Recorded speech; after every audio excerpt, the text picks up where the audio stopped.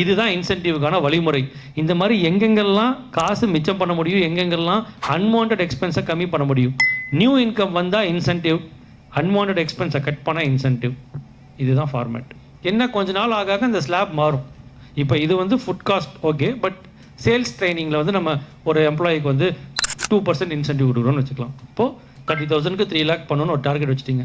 அப்புறம் சம்பளத்தை அவர் 35,000 கேட்குறாரு. அப்போ நீங்கள் இன்சென்டிவ் என்ன பண்ணணும்?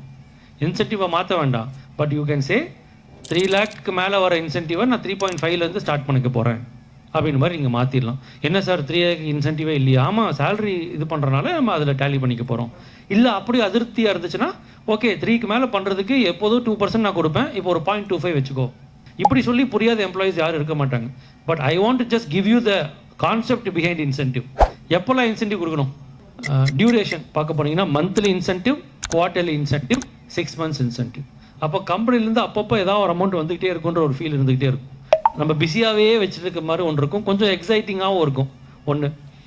இன்னொரு விஷயம் வந்து இன்சென்டிவில் பேஸ்ட் ஆன் நியூ பிஸ்னஸஸ், புது ப்ராடக்ட்டு, புது ப்ரீமியம் ஆர்டர்ஸ், அது மாதிரி பேஸ் பண்ணி நம்ம இன்சென்டிவ் வந்து வச்சுக்கலாம்.